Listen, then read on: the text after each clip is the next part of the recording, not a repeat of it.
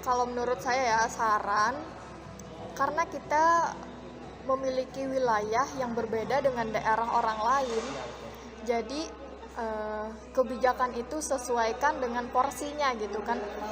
Oke lah untuk di daerah yang penduduknya lebih banyak, terus banyaknya pedagang-pedagang, khususnya kan di kota-kota gitu kan. Jadi dengan mohon sekali gitu, dengan kebijakan pemerintah agar menyesuaikan lagi dengan daerah kita. Seperti yang kita lihat, kita memang di sini rata-rata penduduk asli Pulang Pisau, kita tahu seperti apa situasinya. Ketika malam sudah tidak ada lagi, hampir tidak ada orang-orang yang keluar rumah gitu. Bukan hanya pada saat pandemi ini saja, tapi memang dari dulu udah apa ya, sepi dari dulu gitu kan. Dan sekarang ditambah lagi adanya PPKM. Mau apa sih, mau jadi apa nantinya gitu kan. Jadi buat pemerintah, mohon sekali dengan di apa ya, kebijakan untuk PPKM ini ya lebih dipertimbangkan lagi. Jika memang harus melakukan perpanjangan PPKM, apa sih solusinya untuk yang terdampak, yang bakalan istilahnya ya seperti dirugikan, menurunnya pendapatan dari masing-masing para pedagang gitu kan. Jadi is okay lah kita untuk menjaga, kita sama-sama menjaga gitu, pemerintah menjaga, kita juga menjaga, kita sama-sama menjaga di sini gitu kan. Iya, kita sama-sama, dari pemerintah kesadaran dari dirinya, kita juga sebagai masyarakat menyadari, dan kita berusaha untuk supaya tidak lagi yang seperti ini gitu kan. Siapa sih yang mau berlama-lama terdampak COVID? Siapa sih yang mau gitu kan? Kita juga nggak mau terkena di zona ini gitu kan. Kita juga ingin melakukan aktivitas secara bebas seperti dulu lagi gitu. Ya pasti sih keinginan semua masyarakat sih. Oke.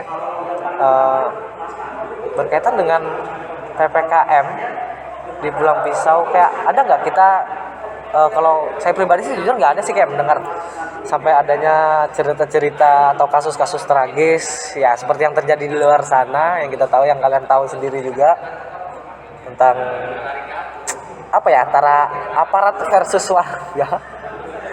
Itu di Pulang Pisau ada nggak sih? Kalau saya secara langsung, karena saya juga meminimkan untuk keluar rumah, jadi untuk saat ini saya tidak melihat secara nyata, tidak melihat dengan mata saya sendiri gitu kan. Cuman saya pernah mendengar, kalau tidak salah itu malam Kamis atau malam Rabu, ketika di taman Sumbu Kurung ya kalau nggak salah. Nah itu tuh dari aparat menyemprot 2 orang menggunakan air. Jadi saya tidak tahu ya, apa mungkin mereka melakukan pembubaran atau apa, karena saya tidak langsung berada di situ. Karena itu saya mendengarkan isu-isu dari orang lain gitu kan. Dari masyarakat juga lumayan mengeluhkan keluh kesahnya atas pemberlakuannya PPKM. Jadi jika memang harus diberlakukan PPKM di Pulang Pisau, solusinya gimana sih bagusnya untuk masyarakat agar tetap pendapatannya bisa ditingkatkan lagi. Oke, tentang PPKM di Pulang Pisau, kalau saya sendiri sih ya belum pernah mendengar dan belum pernah melihat adanya edaran tentang dalam tanda kutip PPKM. Adanya cuma edaran dari gubernur. Kalau untuk PPKM secara langsung di Pulang Pisau nggak ada sih. Jadi butuh kayak apa ya? Kurang. Jadi gini ya. Menurut saya ini, dalam kacamata saya, kurangnya sosialisasi secara langsung ke masyarakat ya. Oke, misalnya yang kita tahu sekarang adanya edaran dan pengumuman itu lewat media sosial. belum tentu semua itu megang namanya media sosial. At least oke, semua sekarang serba apa ya, serba canggih, serba daring dan segala macam. Tapi perlu juga dilakukan survei efektivitas, apakah ini kabar ini sampai nggak ke seluruh, mencakup semuanya. Karena kan selain kita dulu sempat disuruh stay at home, walaupun sekarang sudah mulai new normal dan kembali adanya PPKM dan sebelumnya PSBB, jadi kayak seperti kurang gitu ya. Ini kritik kami untuk pemerintah khususnya di Kabupaten Pulang Pisau, kritik dan juga saran juga yang pasti ya, entah ini saya aja yang merasa kayak kurang gitu melihat ke tetangga-tetangga yang saya tanyakan soal PPKM atau soal edaran ini, mereka jawab tidak tahu, belum mendengar. Iya, makanya itu mungkin kurang sosialisasi aja mungkin ya. Oke. Itu tadi soal PPKM.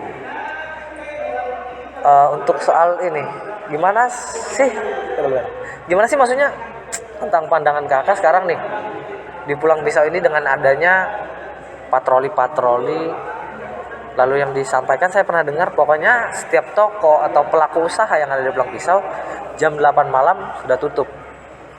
Itu kan sama seperti yang di Jawa Bali, sampai ada yang pembubaran langsung di tempat tersebut gitu kan.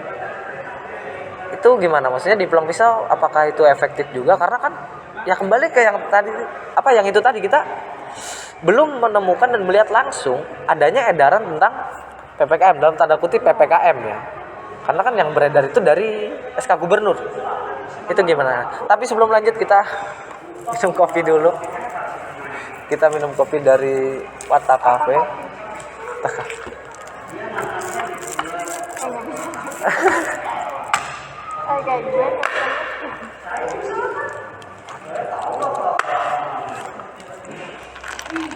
Sebelumnya pernah main ke situ nggak? Sering.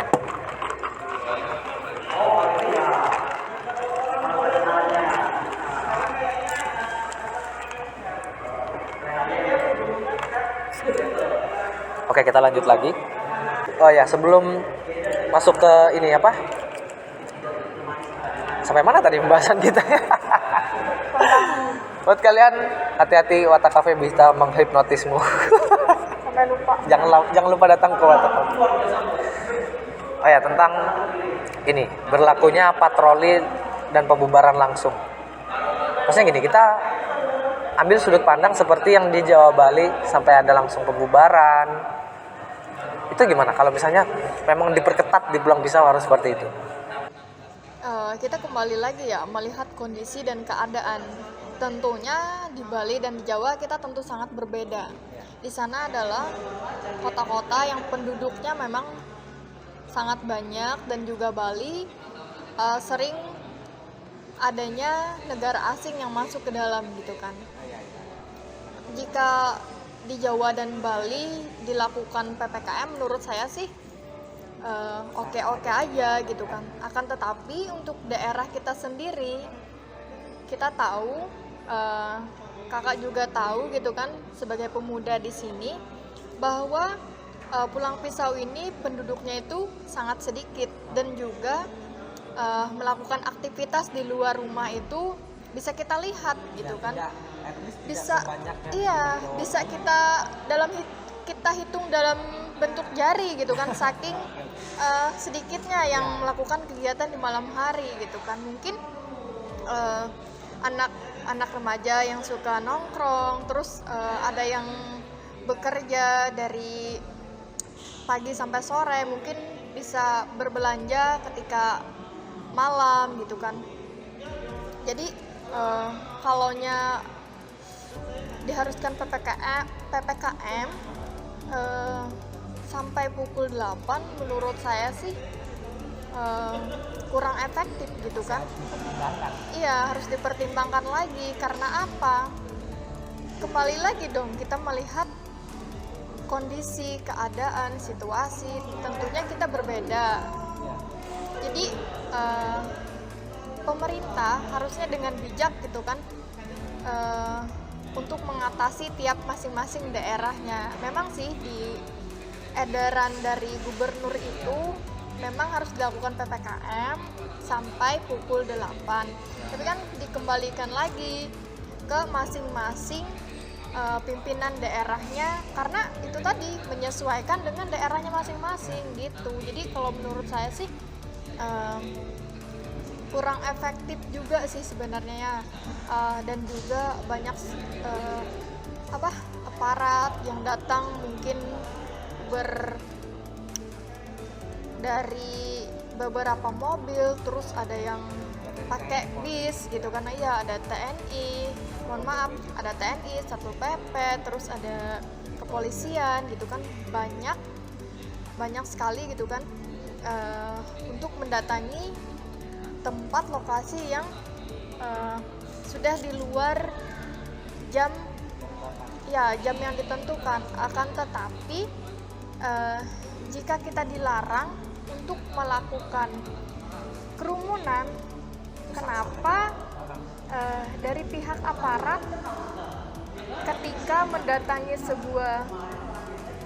sebuah kafe atau warung, mengapa berbanyak-banyak gitu kan, sedangkan kita misalnya untuk menanyakan, menginterogasi para pedagang kan bisa 1 atau 2 orang saja. Jika ingin melakukan dokumentasi bisa melalui dari jarak jauh kan, kita sedang pandemi, kita harus jaga jarak, kita tidak boleh melakukan kerumunan. Akan tetapi mengapa dari aparat sendiri tidak melaksanakan hal itu? Oke.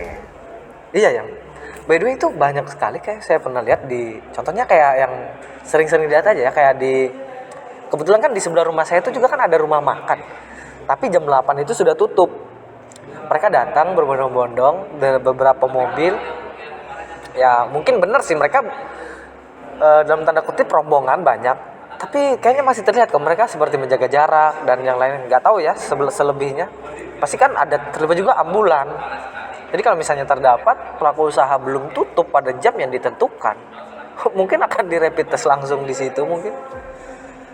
Oke, berarti jawabannya perlu banyak pertimbangan ya untuk PPKM di Pulang Pisau. Iya. Oke. Makanya di video saya sebelumnya itu, biasanya malam Kamis itu jam 8 di Pulang Pisau pasti rame. Apalagi di pasar, sekarang sepi. Oke. Mungkin itu pembahasan kita pada video kali ini. Terima kasih. Jatuh dong. Ulang tag ulang ini bisa di crop. Oke, mungkin segitu aja untuk pembahasan kita hari ini, Kak. Terima kasih Kak Elsa untuk partisipasinya. Mungkin langsung segitu aja ya. Nah, perlu teman-teman ketahui juga, kembali lagi kami berpendapat di sini berdasarkan freedom of speech dan freedom opinion. Jadi kami hanya sebatas mengkritik dan berpendapat. Jadi kalau mau hendaknya kalian tidak salah persepsi. Kami kritik itu sah-sah aja. Kecuali kami mengkritik, misalnya kami mengkritik polisi, itu yang tidak berkenan itu kita mengkritik personalitinya, ya kan Kak? Jadi kayak misalnya kita mengkritik pemerintah pun sah-sah aja. Cuman bagaimana caranya dan redaksi atau pembawaan kritik tersebut, ya kan? Yang terdapat di dalamnya ada kayak tata krama dan yang lain sebagainya. Kalau misalnya kita mengkritik dalam masih tanda kutip jalurnya yang benar, tidak ada hal-hal yang sampai merugikan bahkan atau pihak yang tersinggung, sih masih sah-sah aja ya kita. Buat teman-teman yang udah nonton video ini, perlu diketahui kami di sini cuma berpendapat, mengkritik dan sekaligus memberikan saran. Jadi tidak ada mungkin niatan kami untuk menyinggung berbagai pihak, khususnya TNI, Polri dan Satpol PP, tidak. Kami hanya mengkritik, terutama untuk pemerintah. Ya, mengkritik dalam kalau istilahnya kita mengkritik pemerintah itu konstitusinya, bukan personalitinya, bukan begitu Kak. Nah, kalau menurut Kakak sendiri gimana tentang mengkritik? Karena setiap individu itu memiliki hak asasinya dalam berpendapat. Kita diperbolehkan ya di dalam khususnya di negara Indonesia kita sangat menjunjung tinggi yang namanya HAM, hak asasi manusia. Jadi sah-sah aja untuk kita mengkritik, asalkan kritikannya dalam bentuk tidak mengandung unsur sara gitu. Oke, terima kasih sekali lagi, terima kasih Kak. Mungkin itu video kita hari ini. Terima kasih buat kalian yang sudah nonton. Jangan lupa like, komen, dan subscribe. Sampai jumpa di podcast selanjutnya. Terima kasih Kak Elsa.